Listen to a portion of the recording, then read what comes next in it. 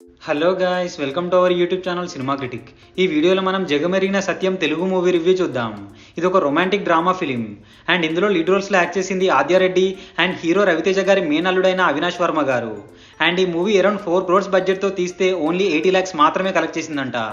And ఈ movie April 18th థియేటర్లో release అయింది.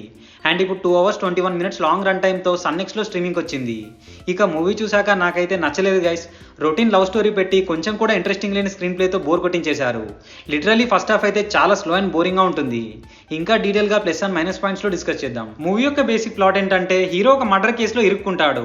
సో ఇంతకీ ఆ మర్డర్ చేసింది ఎవరు అండ్ దానివల్ల హీరో లైఫ్ ఎలా టర్న్ అయింది అనేది rest of story. Coming to plus points, ఈ మూవీలో పెద్దగా ప్లస్ పాయింట్స్ ఏం లేవు.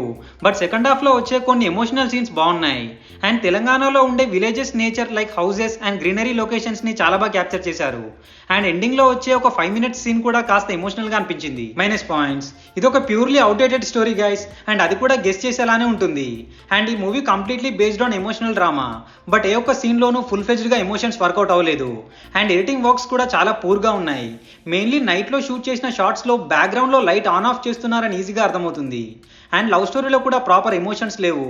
అండ్ క్లైమాక్స్ లో వచ్చే ఫైట్ సీన్ అయితే చాలా సిల్లీగా అనిపించింది. అండ్ ఫైనల్లీ బీజిఎం కూడా జస్ట్ పర్లేదు అన్నట్టుగా ఉంది. కమింగ్ టు పర్ఫార్మెన్సెస్, ఈ మూవీలో యాక్ట్ చేసిన వాళ్ళందరి పర్ఫార్మెన్స్ జస్ట్ పర్లేదు అనిపించింది. సో ఫైనల్ గా చెప్పాలంటే it's a below average movie guys. చాలా స్లో అండ్ బోరింగ్ గా ఉంటుంది. సో మీరే డిసైడ్ అవ్వండి ఇంకా.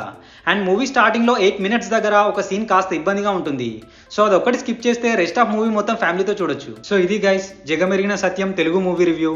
మీకు గనక మా రివ్యూ నచ్చినట్టయితే please subscribe to our cinema critic channel. Next movie రివ్యూతో మళ్ళీ కలుద్దాం. Bye bye, take care.